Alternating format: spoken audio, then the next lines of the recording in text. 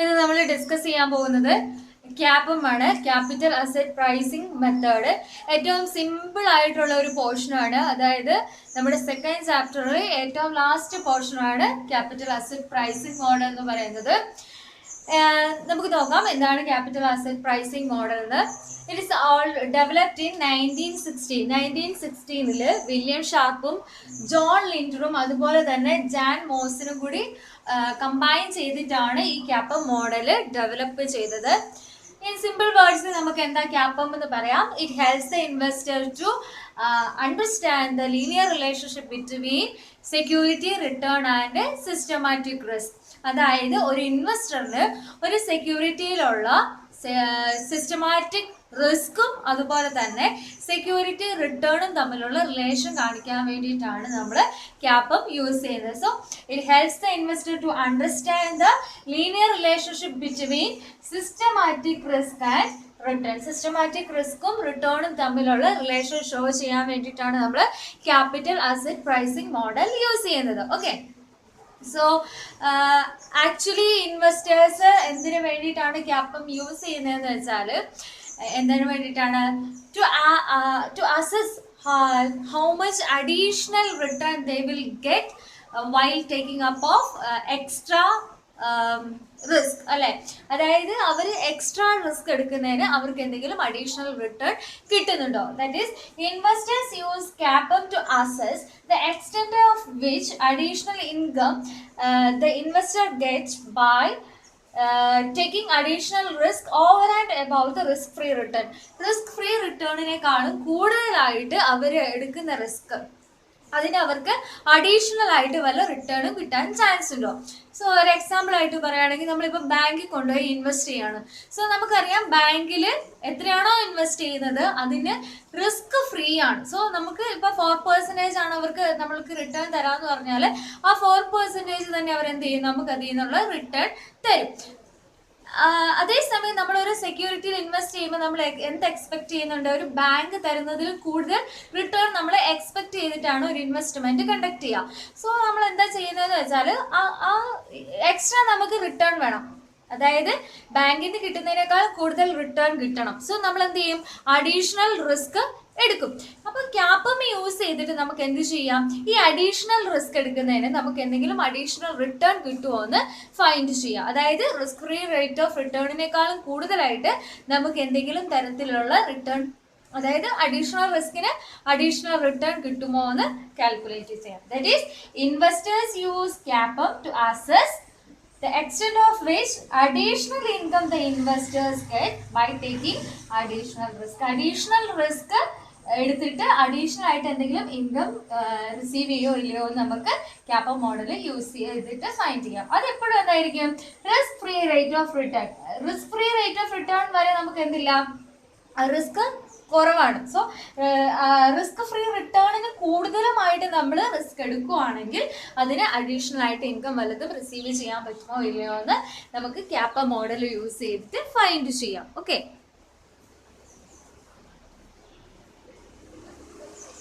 So ഒന്നുകൂടി പറയാം എന്താണ്? It helps the investor to understand the linear relationship between systematic risk and return. Systematic റിസ്ക്കും റിട്ടേണും തമ്മിലുള്ള റിലേഷൻഷിപ്പ് ഫൈൻഡ് ചെയ്യാൻ അല്ലെങ്കിൽ അണ്ടർസ്റ്റാൻഡ് ചെയ്യാൻ വേണ്ടിയിട്ടാണ് ഇൻവെസ്റ്റേഴ്സ് ക്യാപ്പം മോഡൽ യൂസ് ചെയ്യുന്നത്. ക്യാപ്പം മോഡൽ യൂസ് ചെയ്ത് ഇൻവെസ്റ്റേഴ്സിന് എന്ത് ചെയ്യാം?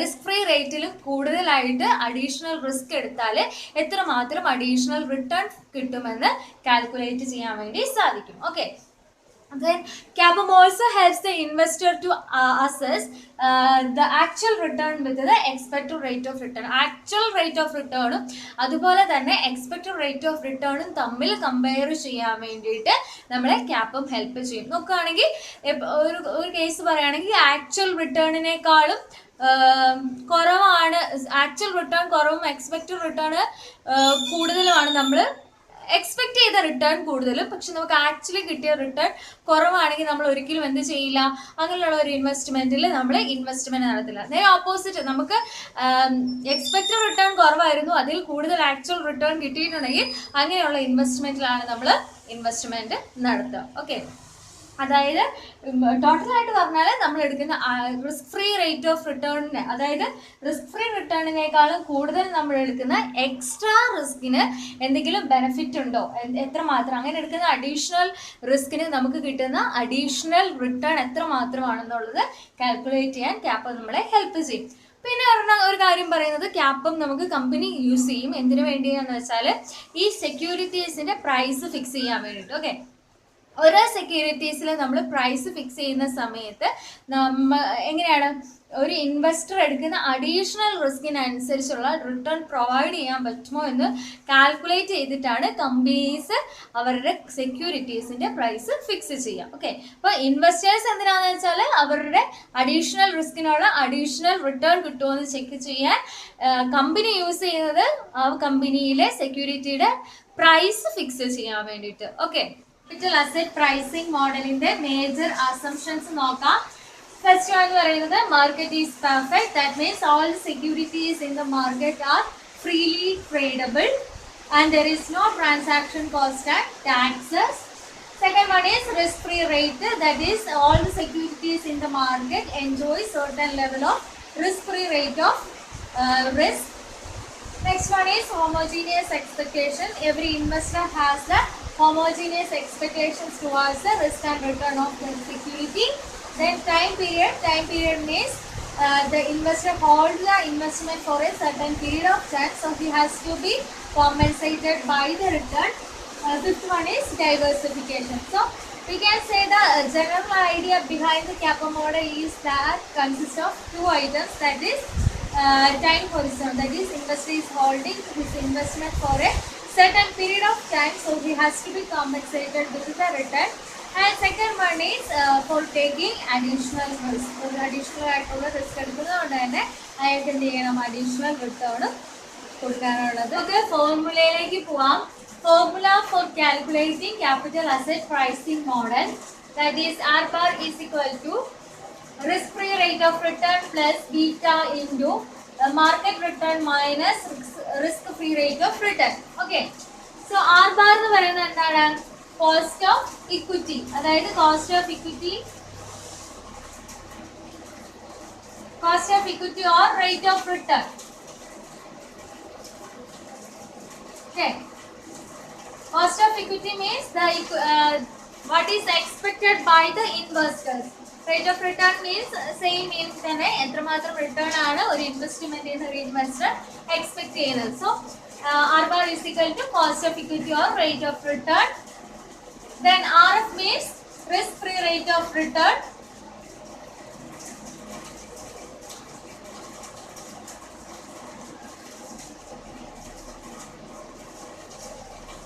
Then beta is the measurement used for measuring the systematic risk. So beta. Next RM is return of market return നെയാണ് നമ്മൾ RM എന്ന് പറയുന്നത്.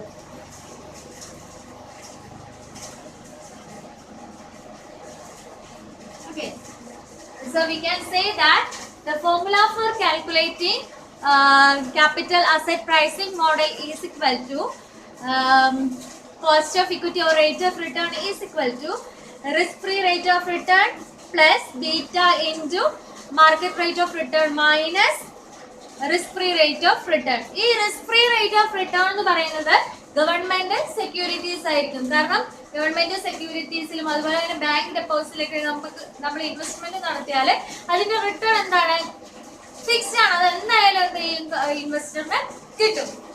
സോ അതിൽ റിസ്ക് എന്ന് പറയുന്ന ഫാക്ടർ വളരെ കുറവാണ്. ഓക്കെ, സോ അതായത് ഇനി ഈ RM മൈനസ് RF എന്ന് പറയുന്ന പോർഷൻ എന്ന് പറയുന്നത് റിസ്ക് പ്രീമിയം ആണ്.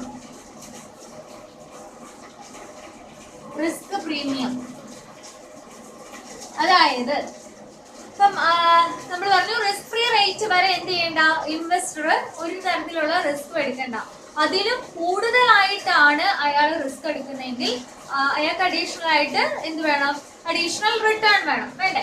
സോ ഇവിടെ നോക്കുന്ന സമയത്ത് മാർക്കറ്റിലുള്ള റിട്ടേണിൽ നിന്നും risk free rate of return minus ചെയ്യുന്നതാണ് അയാൾക്ക് കിട്ടുന്ന റിസ്ക് പ്രീമിയം. അതായത് അയാൾ എടുക്കുന്ന അഡീഷണൽ റിസ്കിന് അയാൾക്ക് കിട്ടുന്ന റിട്ടേൺ. ഓക്കെ, അപ്പൊ നോക്കാം, ആർ എന്ന് പറയുന്നത് മാർക്കറ്റ് റേറ്റ് ഓഫ് റിട്ടേണിൽ നിന്നും R F that is risk free rate of return minus ചെയ്യുന്ന പോർഷൻ ആണ് റിസ്ക് പ്രീമിയം എന്ന് പറയുന്നത്. ആ റിസ്ക് പ്രീമിയത്തിനാണ് സത്യം പറഞ്ഞാൽ എന്ത് ചെയ്യുന്നത്, അഡീഷണൽ റിട്ടേൺ പ്രൊവൈഡ് ചെയ്യുന്നത്. ഓക്കെ, പിന്നെ നമ്മൾ നോക്കാം, ആർ എന്ന് പറയുന്നത് കോസ്റ്റ് ഓഫ് ഇക്വിറ്റി അല്ലെങ്കിൽ റേറ്റ് ഓഫ് റിട്ടേൺ ആണ്, ആർ എഫ് എന്ന് പറയുന്നത് risk free rate of return ആണ്, ബീറ്റ ദെൻ ആർ എന്ന് പറയുന്നത് market rate of return. Okay, ഇനി ബീറ്റയുടെ കേസിൽ തന്നെ നമുക്ക് ഒരുപാട് കാര്യങ്ങൾ പറയാം. ബീറ്റ എന്ന് പറയുന്നത് ബീറ്റ ഈസ് സോ നമുക്ക് പറയാൻ പറ്റും, നമുക്ക് റിസ്ക് ഫ്രീ ആയിട്ടുള്ള പോർഷനിൽ നിന്ന് റിസ്ക് മാർക്കറ്റ് റേറ്റ് ഓഫ് റിട്ടേണിൽ നിന്ന് മൈനസ് ചെയ്യുന്ന പോർഷനാണ് നമ്മുടെ റിസ്ക് പ്രീമിയം എന്ന് പറയുന്നത് അല്ലേ. എത്ര മാത്രം അഡീഷണൽ റിസ്ക് എടുക്കുന്നുണ്ട്, അതായത് കണ്ടുപിടിക്കാൻ മാർക്കറ്റിലുള്ള റിട്ടേണിൽ നിന്നും റിസ്ക് ഫ്രീ ആയിട്ടുള്ള റിട്ടേൺ മൈനസ് ചെയ്താൽ ബാക്കി പോർഷനാണ് നമ്മൾ അഡീഷണൽ റിസ്ക് എന്ന് പറയുന്നത്. ഇനി ബീറ്റയുടെ കേസസ് നോക്കുകയാണെങ്കിൽ നമുക്കറിയാം, ബീറ്റ സീറോ എന്ന് പറയുന്നത് ഗവൺമെന്റ് സെക്യൂരിറ്റീസിന്റെ കേസിലാണ്. ബീറ്റ ഈസ് ഗ്രേറ്റർ ദാൻ 1 എന്ന് പറഞ്ഞാൽ securities have greater risk than the market. Beta is less than 1 എന്ന് പറഞ്ഞാൽ എന്താണ്, securities having less risk than the market. Okay, റിസ്കും റിട്ടേണും തമ്മിലുള്ള റിലേഷൻ ഷോ ചെയ്യാൻ വേണ്ടിയിട്ടാണ് എന്ത് ചെയ്യുന്നത്, ക്യാപ്പ മോഡൽ യൂസ് ചെയ്യുന്നത്. It is used for pricing risky securities. കമ്പനിയുടെ കേസിലാണെങ്കിൽ റിസ്കി ആയിട്ടുള്ള സെക്യൂരിറ്റീസിന്റെ പ്രൈസിങ് നടത്താൻ വേണ്ടിയിട്ടാണ് ക്യാപ്പ മോഡൽ യൂസ് ചെയ്യുന്നത്. ഇൻവെസ്റ്റേഴ്സ് യൂസ് ചെയ്യുന്നത് എന്തിനാണ്, റിസ്ക് ഫ്രീ റേറ്റിലും കൂടുതലായിട്ട് അവർ അഡീഷണൽ റിസ്ക് എടുക്കുന്നതിന് അവർക്ക് എന്താണ് അഡീഷണൽ ആയിട്ടുള്ള റിട്ടേൺ റിസീവ് ചെയ്യുന്നതെന്ന് ഫൈൻഡ് ചെയ്യാൻ വേണ്ടിയിട്ടാണ് ക്യാപ്പ മോഡൽ യൂസ് ചെയ്യുന്നത്. Kappa model is based on the idea that the investor demand additional return, that is additional return or risk premium to by taking additional risk. And this model also takes into account the asset sensibility towards the diversification risk. Diversification risk അതുപോലെ തന്നെ അസറ്റിന്റെ സെൻസിബിലിറ്റിയും ഇത് measure ചെയ്യുന്നുണ്ട്.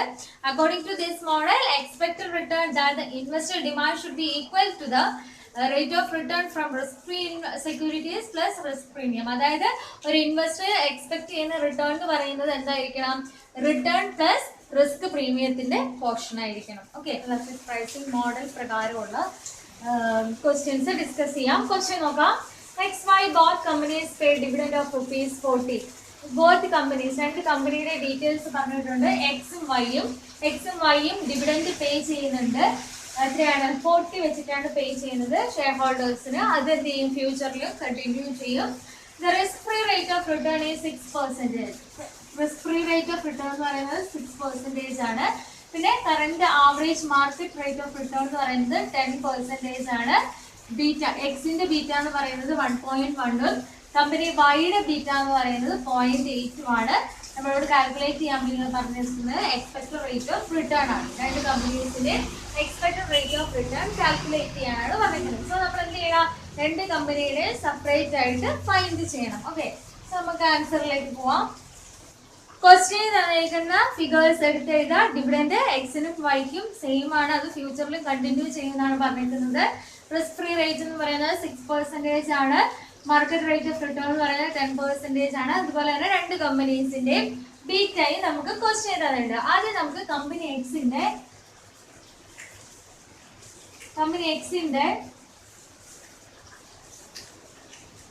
Expected rate of return find ചെയ്യാം. So return is equal to formula നോക്കുക. Formula എന്താണ്, risk free rate plus beta into R minus R അല്ലേ. So നമ്മൾ നോക്കുന്ന സമയത്ത് ഇവിടെ റിസ്ക് ഫ്രീ റേറ്റ് എത്രയാണ്, റിസ്ക് ഫ്രീ റേറ്റ് എന്ന് പറയുന്നത് 6% ആണ്. 6% പ്ലസ് എക്സിന്റെ ബീറ്റ 1.1 ഇൻറ്റു മാർക്കറ്റ് റിട്ടേൺ എന്ന് പറയുന്നത് 10% minus risk free rate of return എന്ന് പറയുന്നത് 6%. Okay, so 6% plus 1.1 into 4%. അത് കിട്ടുന്നത് എത്രയാണെന്ന് വെച്ചാൽ 6% പ്ലസ് 1.1 ഇൻറ്റു 4%. കാൽക്കുലേറ്റ് ചെയ്ത് നോക്കുക. സോ നമുക്ക് 6 പ്ലസ് 4.4% കിട്ടും. 6 പ്ലസ് 4.4% കിട്ടും. That is 10.4%. ഓക്കെ.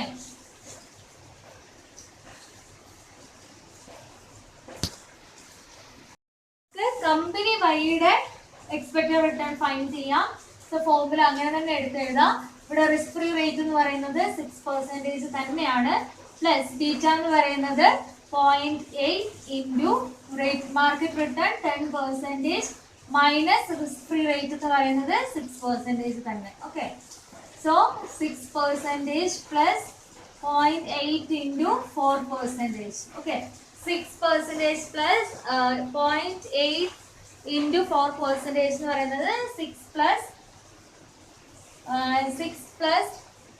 3.2% ആണ്. ദാറ്റ് മീൻസ് 6 പ്ലസ് 3.2% അതെന്ന് പറയുന്നത് എത്രയാണ്? 9.2%. ഓക്കെ. ഇനി നമ്മൾ ഇത് തന്നെ യൂസ് ചെയ്ത് നമുക്ക് എന്ത് ഫൈൻഡ് ചെയ്യാം? നമുക്ക് ആ ഓരോ സെക്യൂരിറ്റിയുടെയും പ്രെഡിക്റ്റഡ് ഷെയർ പ്രൈസ് കാൽക്കുലേറ്റ് ചെയ്യാം. ഓക്കെ. സോ നമുക്ക് പ്രെഡിക്റ്റഡ് ഷെയർ പ്രൈസ് കണ്ടുപിടിക്കാം. ഈ ക്വസ്റ്റ്യൻ ചോദിച്ചിട്ടില്ല എങ്കിൽ എങ്ങനെയാണെന്നൊന്ന് ഫൈൻഡ് ചെയ്യാം. പ്രെഡിക്റ്റഡ് ഷെയർ പ്രൈസ് കാണാൻ വേണ്ടിയിട്ട് ഡിവിഡൻഡ് ഡിവൈഡഡ് ബൈ നമ്മുടെ എക്സ്പെക്റ്റഡ് റിട്ടേൺ അല്ലെ. എക്സ്പെക്റ്റഡ് റിട്ടേൺ ആണ് അതിന്റെ ഫോർമുല. പ്രെഡിക്റ്റഡ് ഷെയർ പ്രൈസ് നമുക്ക് ഫൈൻഡ് ചെയ്യണമെങ്കിൽ എന്ത് ചെയ്താൽ മതി? ഡിവിഡൻഡിനെ എക്സ്പെക്റ്റഡ് റിട്ടേൺ വെച്ച് ഡിവൈഡ് ചെയ്യാം. സോ നമുക്ക് എക്സിന്റെ കാൽക്കുലേറ്റ് ചെയ്യാം. എക്സിന്റെ ഡിവിഡൻഡ് എന്ന് പറയുന്നത് എത്രയാണ്?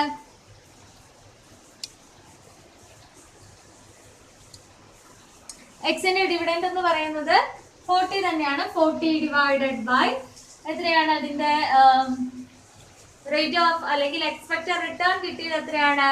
10.4% അല്ലെ. സോ ഇതിന്റെ ആൻസർ എത്ര വരുന്നത് നോക്കാം. ദാറ്റ് ഈസ് 385 ആണ് അതിന്റെ ആൻസർ കിട്ടുന്നത്. Okay. That is 3.846 into percentage അല്ലേ. സോ 100. ഓക്കെ. അപ്പൊ 385 കിട്ടും. വൈഡേത് കാണാൻ വേണ്ടി 40 ഡിവൈഡഡ് ബൈ 9.2% കണ്ടുപിടിക്കും. ഓക്കെ. 40 ഇൻറ്റു 9.2% എന്ന് പറയുന്നത് 435 ആണ്. ഓക്കെ.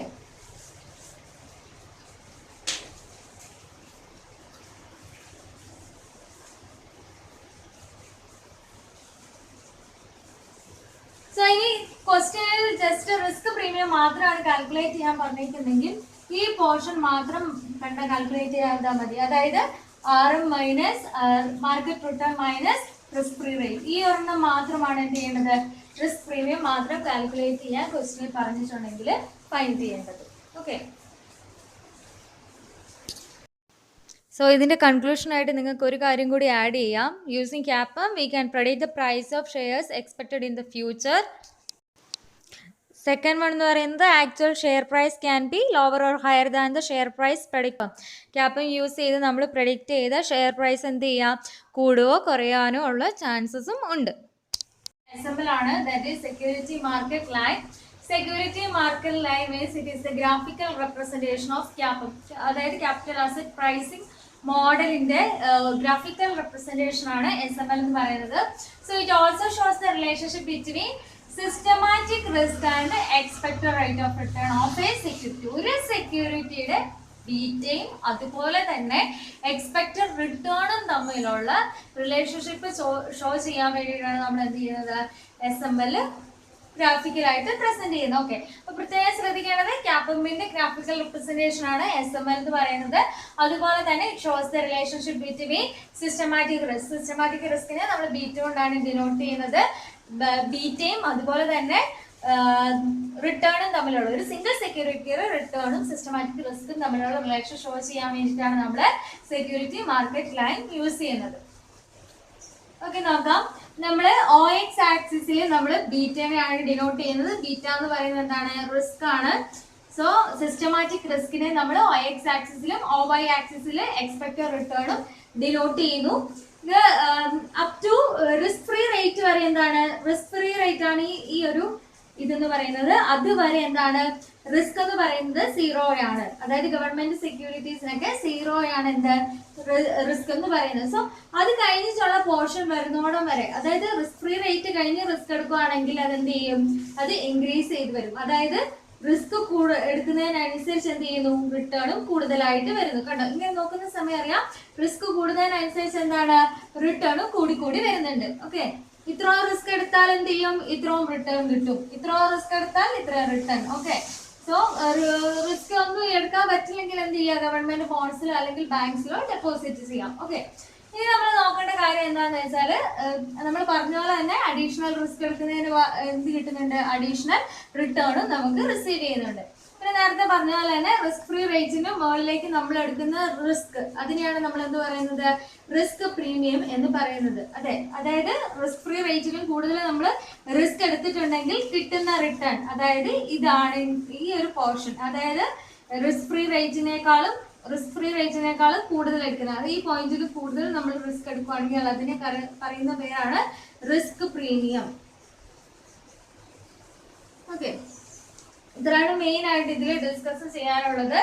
സോ നമ്മൾ റിസ്ക് എടുക്കുന്നതിന്, അഡീഷണൽ റിസ്ക് എടുക്കുന്നതിനനുസരിച്ച് അഡീഷണൽ ആയിട്ടുള്ള റിട്ടേണും ഇൻക്രീസ് ചെയ്ത് വരും. പിന്നെ റിസ്ക് ഫ്രീ റേറ്റിനേക്കാളും കൂടുതൽ നമ്മൾ റിസ്ക് എടുക്കുകയാണെങ്കിൽ അത് അങ്ങനെ കിട്ടുന്ന റിട്ടേൺ നമ്മൾ റിസ്ക് പ്രീമിയം എന്നാണ് പറയുന്നത്. പിന്നെ it shows the relationship between systematic risk and expected return of a security. സെക്യൂരിറ്റിയുടെ എക്സ്പെക്റ്റഡ് റിട്ടേണും റിസ്ക്കും സിസ്റ്റമാറ്റിക് റിസ്ക്കും തമ്മിൽ കമ്പയർ ചെയ്യാൻ വേണ്ടിയിട്ടാണ് നമ്മൾ SML യൂസ് ചെയ്യുന്നത്. നെക്സ്റ്റ് വൺ ആണ് capital market line, that is CML. CML means it is a graphical representation of capital market theory. Capital market theoryയുടെ graphical representation ആണ് CML എന്ന് പറയുന്നത്. It shows the relationship between standard deviation and expected return of a security. അതായത് total റിസ്ക്കും അതുപോലെ തന്നെ expected റിട്ടേണും തമ്മിലുള്ള relation കാണിക്കാൻ വേണ്ടിയിട്ടാണ് നമ്മൾ CML യൂസ് ചെയ്യുന്നത്. ഓക്കെ, നമുക്ക് അതിന്റെ ഗ്രാഫിക്കൽ റെപ്രസെന്റേഷനിലേക്ക് പോവാം. സോ നമ്മൾ OX ആക്സിസിൽ കൊടുത്തേക്കുന്നത് സ്റ്റാൻഡേർഡ് ഡീവിയേഷൻ ആണ്. സ്റ്റാൻഡേർഡ് ഡീവിയേഷൻ എന്ന് പറഞ്ഞാൽ എന്താണ് ടോട്ടൽ റിസ്ക് ആണ് നമ്മൾ OX ആക്സിസ് കാണിക്കുന്നത്. SML എന്തായിരുന്നു, SML നമ്മൾ സിസ്റ്റമാറ്റിക് റിസ്ക് മാത്രമായിരുന്നു OX ആക്സിസ് കൊടുത്തേക്കുന്നതെങ്കിൽ CML അത് വരുമ്പോഴത്തേക്ക് total market risk, total risk ആണ് എന്ത് സ്റ്റാൻഡേർഡ് ഡീവിയേഷൻ കൊണ്ട് നമ്മൾ ഡിനോട്ട് ചെയ്യുന്നത്. ഓക്കെ, ടോട്ടൽ റിസ്ക് ആണ് OX ആക്സിസിൽ. OY ആക്സിസിൽ എക്സ്പെക്ടഡ് റിട്ടേൺ. ഓക്കെ, മാർക്കറ്റിലും എന്തുണ്ട്, certain എക്സ്റ്റെന്റ് വരെ റിസ്ക് ഫ്രീ റേറ്റ് ഉണ്ട്. അതിനുശേഷമാണ് എന്ത് ചെയ്യുന്നത്, റിസ്ക് ഇൻക്രീസ് ചെയ്യുന്നു. അവിടെയും എന്താണ്, റിസ്ക് ഇൻക്രീസ് ചെയ്യുന്നതിനനുസരിച്ച് റിട്ടേണും ഇൻക്രീസ് ചെയ്യുന്നു. അതായത് റിസ്ക് ഇൻക്രീസ് ചെയ്യുന്നതിനനുസരിച്ച് റിട്ടേണും ഇൻക്രീസ് ചെയ്യുന്നു. ഓക്കെ.